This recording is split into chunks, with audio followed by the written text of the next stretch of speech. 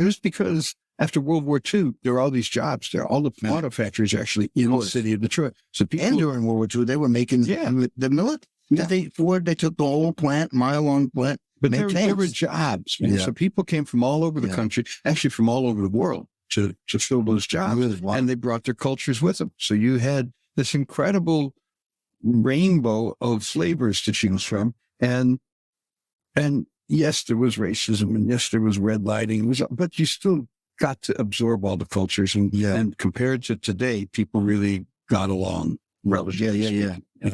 And so you could draw on all of that.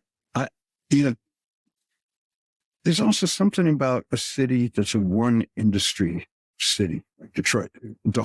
My parents are both teachers, right? But if the auto sales were down, they'd lay off workers, and the workers would have to move away and find other jobs, and they'd take the kids with them. So enrollment would go down in school. So teachers would get laid off. Barbers would get laid off, and waitresses would get laid off. It's all based on the economy of the city was based on the auto business. So there was really no point in putting on any airs about how successful you were. Everyone was in the same boat, and your fate was tied to the success or failure of the auto business. As a result, I never knew anyone who went out and rented a Mercedes to impress people. I never saw a limo, man. I saw there was one maybe parked at the airport or something. I went through my whole childhood, never saw a limousine or anything like that.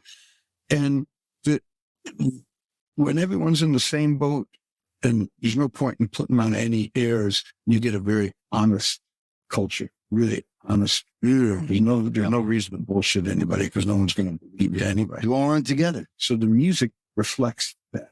The music that came from Detroit, raw and soulful.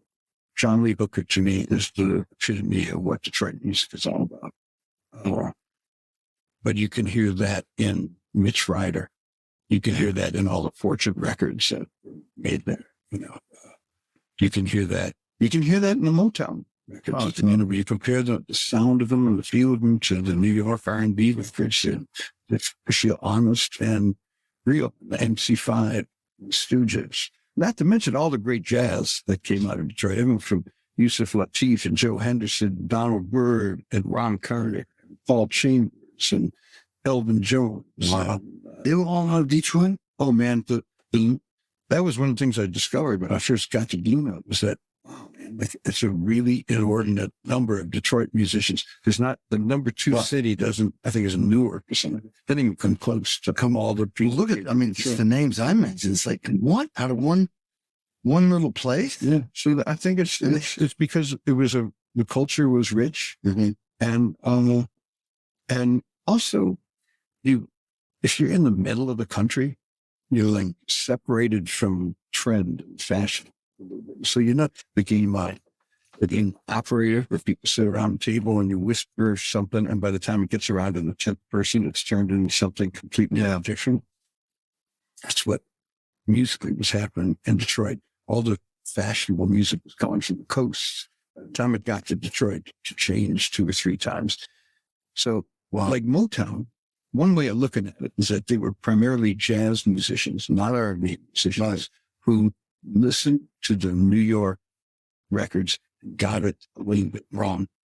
Yeah. Which is how so many great things happen. Yeah. Not just in Detroit. Turns into something else. You turn it into something else. And so being outside of the fashion centers, it made the music that came out of Detroit a little bit different, whether that was the soul music, whether it was the rock and roll, whether it was the jazz. Not a lot of country came out. Yeah. What about now? It's changed now. You still got Kid Rock, you got Eminem, you got this stuff, but it's not everything changes. It's different. There are all kinds of bands. I spend a lot of time there, and I love it there. And it's still got the honesty and the grit of a real place.